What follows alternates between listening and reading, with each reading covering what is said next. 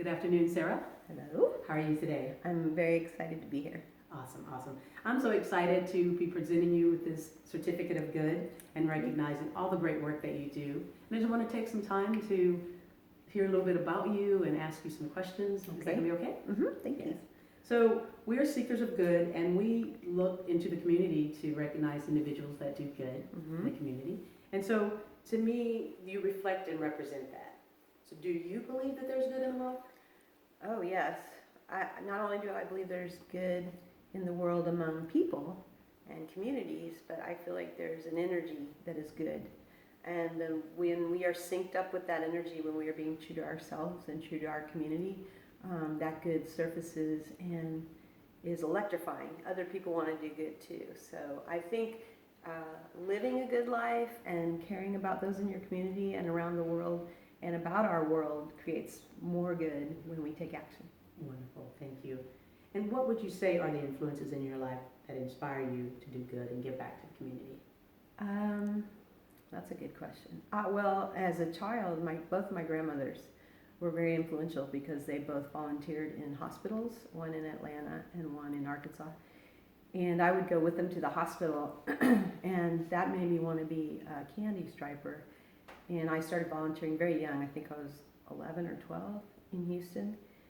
And then being around other strong women, Marjorie Clive, who started Arts for People in Dallas, was a huge inspiration and still is to this day for me to give time and talent to people in psych units and in hospitals and who have been traumatized either by fire or AIDS, and working with people to bring comfort and love through music and art.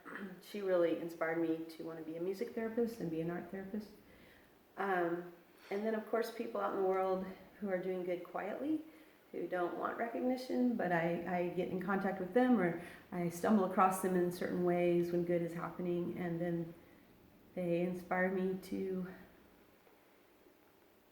create a quieter outreach and also use what small celebrity I have to make a greater good for those who can't have a voice for themselves. Awesome, awesome.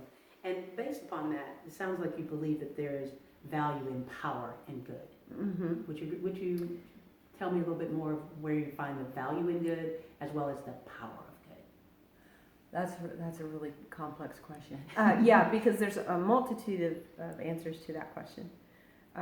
I think we see that with celebrities and with people with known names.